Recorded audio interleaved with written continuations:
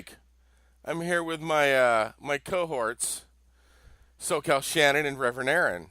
Hey, Rev. Apparently, you were at some demonstration today and exchanged words with some bigot or something, bro. What up? Yeah, it was a Reno Cop Watch event, the federal building in Reno. Um, see the description on the event page says, "Time to demand transparency and accountability in Washoe County is now. If you have been affected by police brutality or corruption, stand up and let your voice be heard. Things need to change, and June 12th is the time to show up and show out." And What was that called? Cop Watch. a Cop Watch. Okay.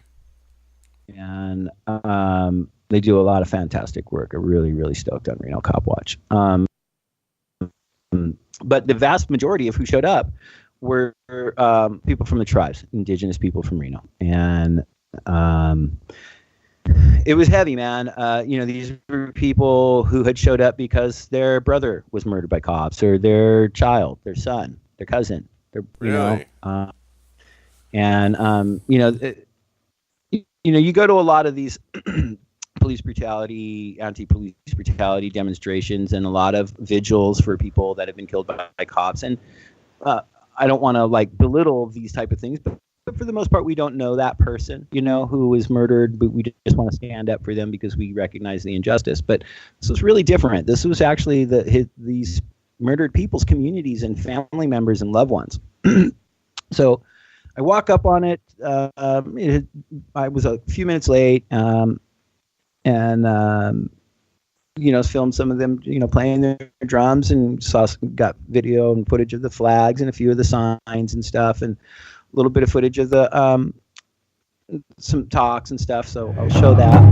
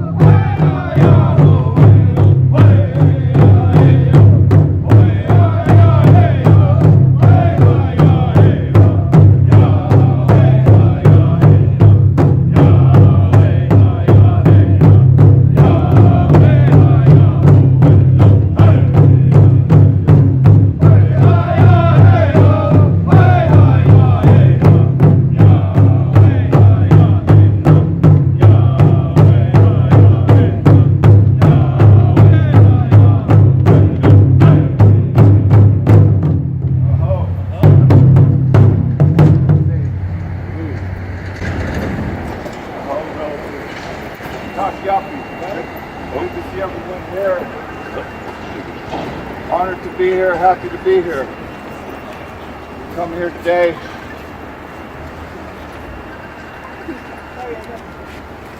come here today for our sister here who's going to hang her phone up. Just can't get away from technology. It's tough. Pray for our sister here, the Bond family. And I'm going to ask my brother here, Buck, before we open this up, say a prayer, and then we'll move forward. Before you do that, if we stay forward, the more forward we are, the better. Stay off their property. They're claiming that this is their property, but it's all our property. So that's right. I hope.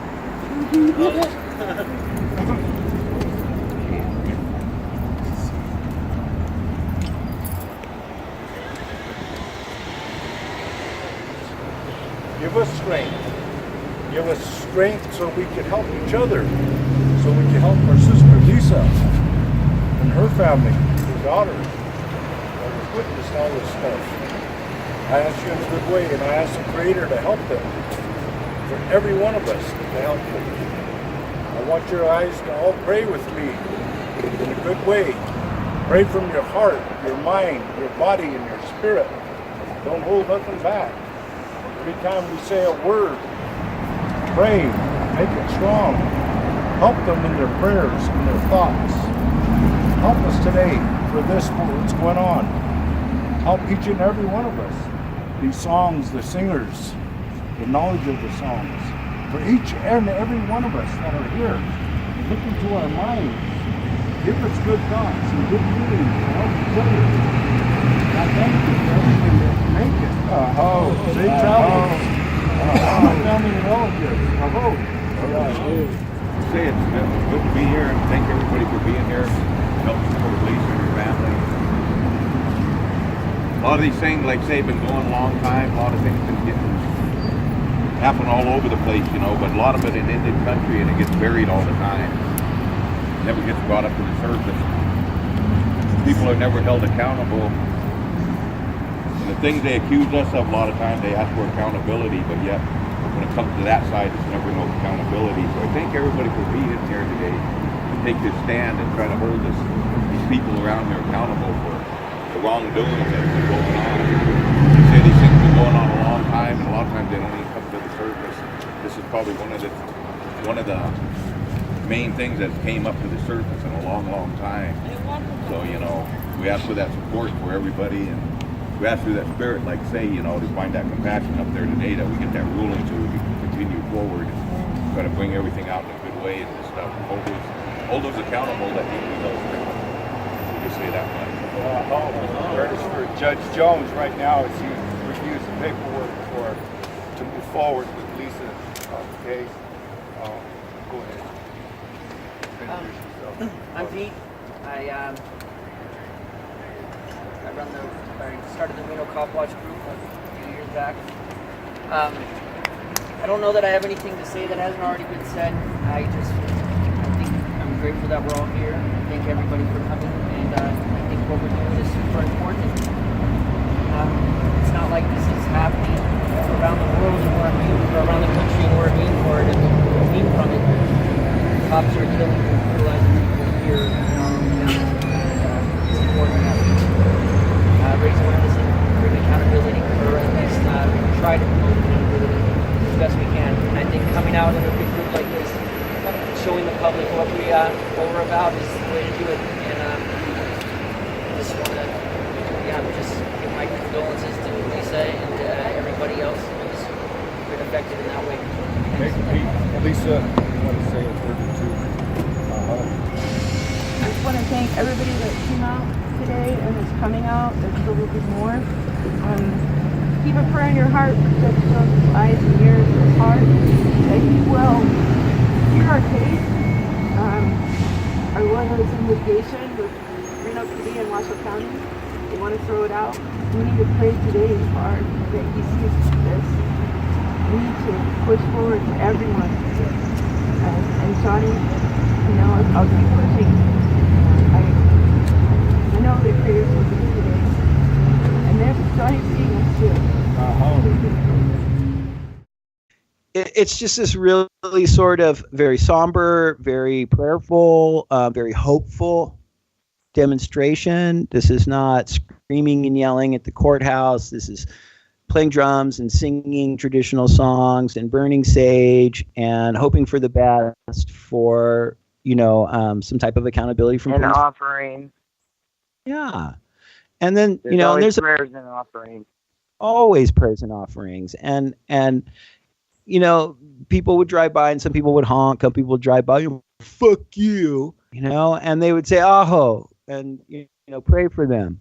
This is what they would say in response. And then so at some point, this freaking asshole rolls up on his whittle motor scooter and, just starts talking a gank of shit. And you can see when he pulled up, I think you can tell from the little bit of video I got of the crowd itself that it wasn't like this demonstration that was screaming stop police brutality. Really, I think what you see is this prayerful demonstration by Indigenous people. That's the visual image you see.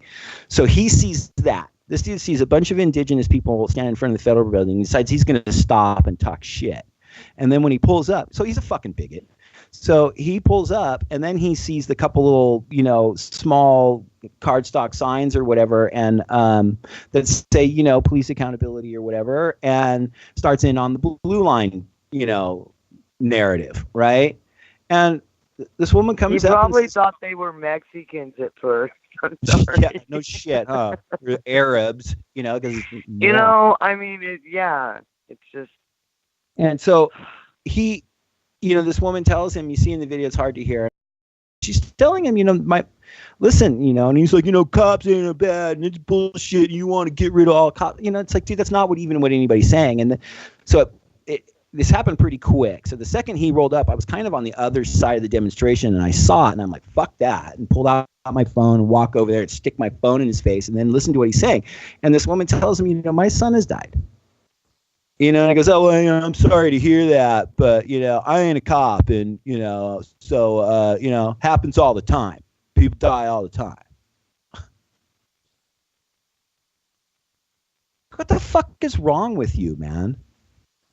Why did you need to do that? Why did you need to pull up here? And then when you find out that this isn't, fuck all the police in the world. This is, hey, we want justice for our fallen brother, for our fallen son, for our family. But he interprets that as fuck the police. Right. So, and it goes even more than that, and that's bad enough, murdering people, but people get arrested falsely too. And a lot of the times it is connected to the rapes of, Indigenous women and kids. Anyway, that's a whole nother thing. But it's all included in many centuries of this shit. And you see in the short clip, it's only like 45 seconds of my exchange with him, and the security walked up and told him, get the fuck. And then I told him, yeah, roll on, you bigot piece of shit. But, anyway, let's play that real quick, and I'll come back and talk about it.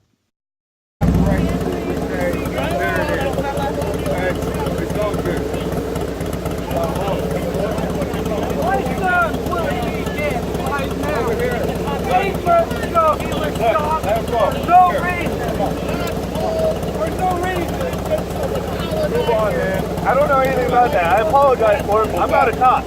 I don't condemn everything they do. This is ceremony for someone who died. Move on, man. Someone died. People die every day. And you just go out of your way to shit on people when that happens? Hey, we're not trying to go there. Let's go. Move. You're a bigot. You're a bigot, dude. Roll on. Roll on, bigot. Later, bigot. Piece of shit. Okay, so you see in the video one of the members of the tribe. This is a gentleman who was pretty much sort of running the, not running, but kind of taking charge of, making sure people get to talk and coordinating with his other, with the members of his tribe about what songs to do and what prayers to make, and just kind of coordinating the what transpired. And you can see he walked in and he kind of got between me and that bigot piece of shit. And he's like, hey, that's not what we're trying to do here. I thought he was really respectful and awesome the way he handled that. And he just did not want to see a confrontation. That's not what they were there for at all, even though that's what this bigot wants to treat them as. And he just so totally proved it by walking in between him and I, and then, they prayed for him when he rolled away on his bike. They prayed for him. Yeah. See, that's the whole thing, is having that done to you your whole entire, that's all you know. Yeah. And you can go further into, African Americans. It's the same thing. I mean, we have no clue. I have slightly, because I'm a woman. Well, not slightly really, but you know what I mean. It's different. I still know that I look totally lily white, even though I'm not,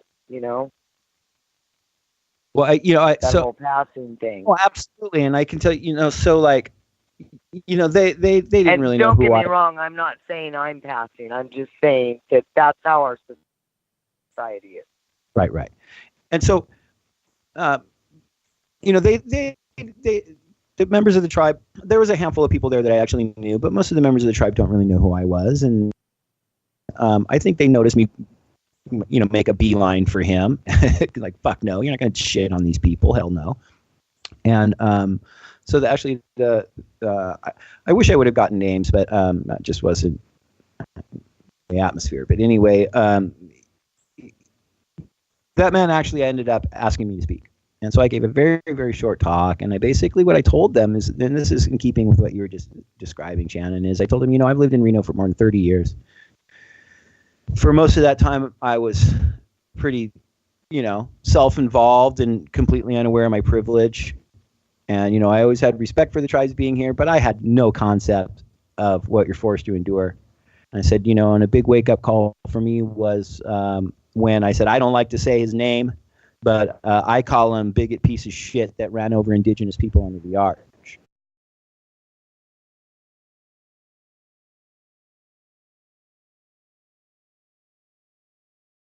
Yeah.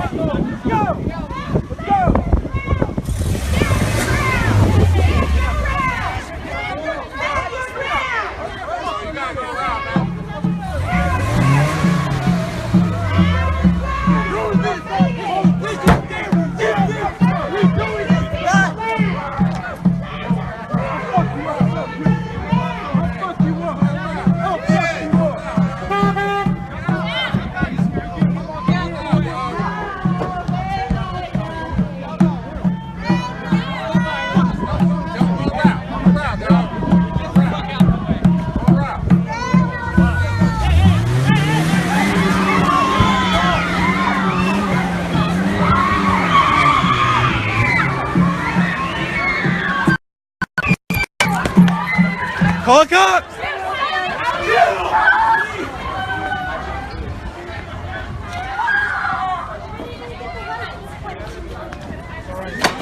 I got behind the truck. And I said, you know, that had a very serious impact on me. And I said, let me finish and then I'll let you talk, Shannon. I said, and I said, and it's still with me and I'm still disturbed by it. And I said, that was your family. That was your sister. That was your grandmother. That was your actual family. And if I'm affected by this in the way I am, I can't imagine how hard it is for you. And I just wanted to say, and then I told them that, you know, and then seeing you respond by saying aho and calling for prayer for these people is astounding to me. And we can all learn a lesson from it, I think. And thank you, you know, and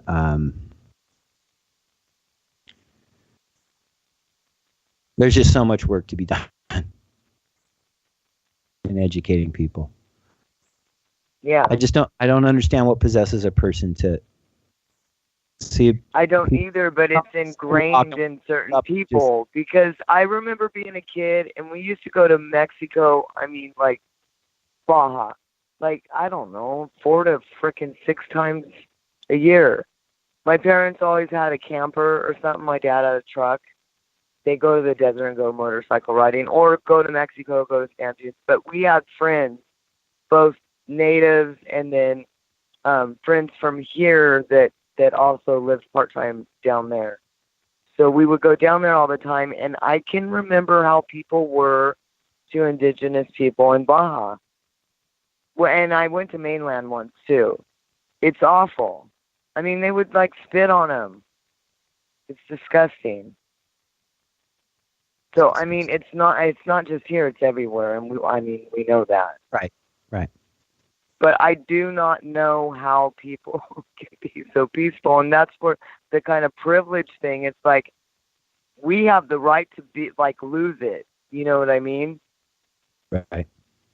We can get away with losing it, and, you know, the odds of us, you know, getting arrested or shot for it are a lot less. I know I've never been shot when I've gotten pulled over by a cop. Right. Sexually harassed, yes, way more than once, but, you know, it's just... Yeah. They're not peace officers. They're supposed to be peace officers, part of the community, right? That's what that's what I think. They haven't been that since in my lifetime. I don't know, have they ever been that? I've always been terrified of them. You know, I'm not saying there aren't some that aren't good, and I'm not saying that the majority of them get into it thinking like gang mentality and, you know, whatever. Yeah. I think a lot of people are like, I want to help, I want to make change, and but then they end up, the way it's you know, set up, it's impossible. And then it doesn't take long at all for them to, you know, turn the blind eye to what their partner did when he broke the law. You know, that's the gang mentality. I stand by it. All cops are bastards, man. No, that's don't rat. That wasn't the, you know, the message that the indigenous people were putting out by any means, but that's where I stand. All cops are fucking bastards. And that's a whole nother thing, the whole cultural, like, respect authority. You don't question authority. You don't question the priest. You don't question the teacher. You don't question the policeman. I mean, I can't think of any modern culture that isn't frickin' like that now. Well, listen, guys.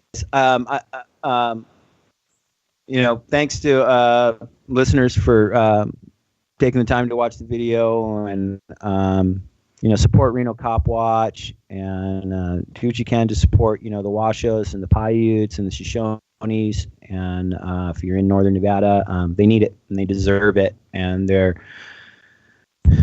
being perpetually shit on for generations on land stolen from them, and they don't fucking deserve it, and by any means, nobody does. but their plight is a lot harder than most of ours. So anyway, The hardest, highest suicide rates too. Yeah. Like forever. and there's a reason for that. It's not in their genes. It's not in their DNA. It's in centuries of Having their backs against the wall forever, for centuries.